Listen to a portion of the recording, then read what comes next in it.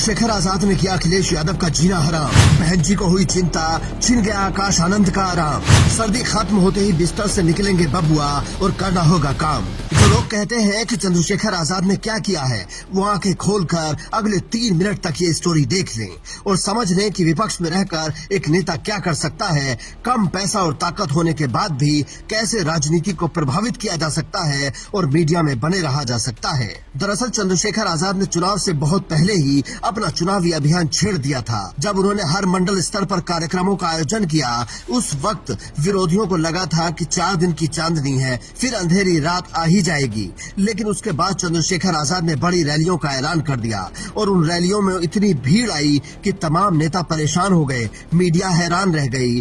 तब विपक्ष के नेताओं को लगा कि अब कुछ करना पड़ेगा, वरना हम सर्दी सर्दी करके घर में सोते रह जाएंगे और सत्ता चंद्रशेखर आजाद लूट ले जाएंगे। लेकिन उतने में चंद्रशेखर आजाद ने यूजीसी के समर्थन में जंग छेड़ दी। जिस मुद्दे पर अखिलेश यादव खामोश रहे, मायावती का मौन समर्थन रहा, उस पर चंद्रशेखर आजाद ने मुखर होकर आवाज उठाई, जिसकी काट के लिए मजबूरी में अखिलेश यादव ने भी अपना रथ तैयार करवाया है और 5 करोड़ वाली बस से ऐश के साथ यूपी भ्रमण पर निकलने की तैयारी है। दूसरी तरफ बहन जी ने आकाश आनंद को आदेश दिया है कि आप पूरे यूपी की यात्रा करो और चंद्रशेखर आजाद को रोकने की कोशिश करो। इसके अलावा बहन जी ने एक सीक्रेट प्लान भी बनाया है जो आगे बताएंगे। लेकिन उससे पहले चंद्रशेखर आजाद कैसे यूजीसी के मुद्दे पर आक्रोशित हैं, वो देख लीजिए। इस सरकार से नहीं, दुनिया की किसी भी शक्ति से लड़ना पड़ेगा आपके अधिकारों के लिए, तो लड़ाई लड़ी जाएगी। मेरी बात को आप याद रखें। अगर यमराज से भी, हालांकि ये कहीं होते नहीं है, लेकिन अगर ये कहीं होते तो उनसे भी लड़ना पड़ता, अपने बच्चों को, अपने आने वाले भविष्य को, जो समाज का ब्रेन, समाज की शक्ति तैयार हो रही है कमजोर वर्गों की, उन बच्चों के भविष्य को संभालने के लिए लड़ना पड़ता तो लड़ा जाएगा। मैं आपको विश्वास दिला कहना चाहता हूं। आप पढ़ाई करें, आप अपना ख्याल रखें, अपना 100% अपनी पढ़ाई को दें। आपके अधिकारों की रक्षा करने की जिम्मेदारी आपके इन भाइयों ने उठाई। चंद्रशेखर आजाद के यही तेवर उन्हें जनता के बीच लोकप्रिय बना रहे हैं। जनता उनसे किस कदर प्यार करती है, उसका नमूना आप इन रैलियों में देख सकते हैं। सबसे लेटेस्ट रैली उन्होंने संत कबीर नगर में की है, जहां ग्राउंड भरने के बाद लोग आसपास के घरों की छतों पर चढ़ गए।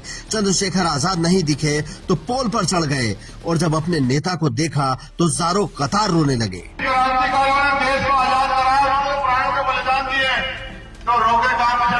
तैयार होना पड़ेगा लड़ाई लड़ने के लिए, तभी काम चलेगा। मेरी बात को आप याद रखना, होना पड़ेगा।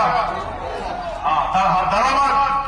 मैं पुलिस के अधिकारियों से बात करूंगा, जो सम्मानित अधिकारी वहां अपने कॉलेज में नहीं उस तक नीचे तक पहुंचाओ। मैं आधी बात करूंगा, चिंता मत घबराओ।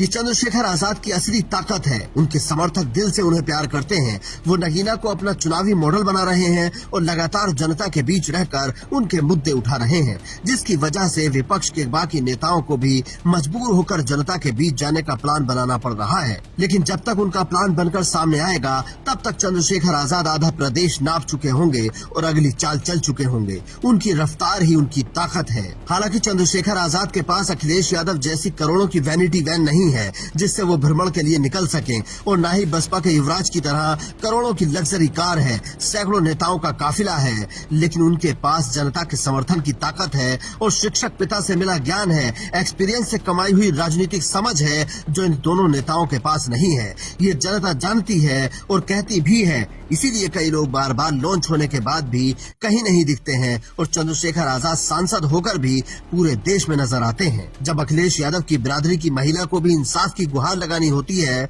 तो वो चंद्रशेखर आजाद से ही लगाती है। मैं दुर्गेश कुमारी कोट बाजार पयागपुर जिला बहराइच से बोल रही हूँ। मेरे पति की हत्या खेत में कर दी गई है, जिसमें पुलिस प्रशासन अभी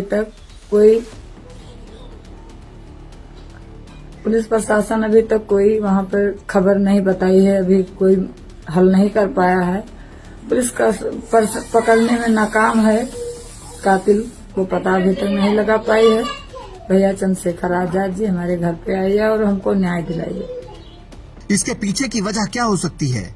क्या जनता ये मान चुकी है कि अब चंद्रशेखर आजाद ही यूपी के भविष्य हैं? उनको बार बार चंद्रशेखर आजाद के बराबर में लाकर खड़ा करने की कोशिश होती है, लेकिन वो बार बार 10 कदम पीछे रह जाते हैं क्योंकि उनकी रफ्तार शायद कम है। अब एक बार फिर उन्हें चंद्रशेखर आजाद की नकल करने के लिए कहा गया है, लेकिन वो कहते हैं ना कि नकल के लिए भी अकल की जरूरत होती है। आप भी कमेंट करके अपनी राय दे सकते हैं और बता सकते हैं कि क्या आकाश आनंद चंद्रशेखर आजाद को टक्कर दे सकते हैं, और क्या अब यूपी में विपक्ष का असली नेता चंद्रशेखर आजाद बन गए हैं। साथ ही इस स्टोरी को शेयर भी जरूर करें ताकि उन लोगों तक पहुंच सके जो कहते हैं कि चंद्रशेखर आजाद ने किया ही क्या है।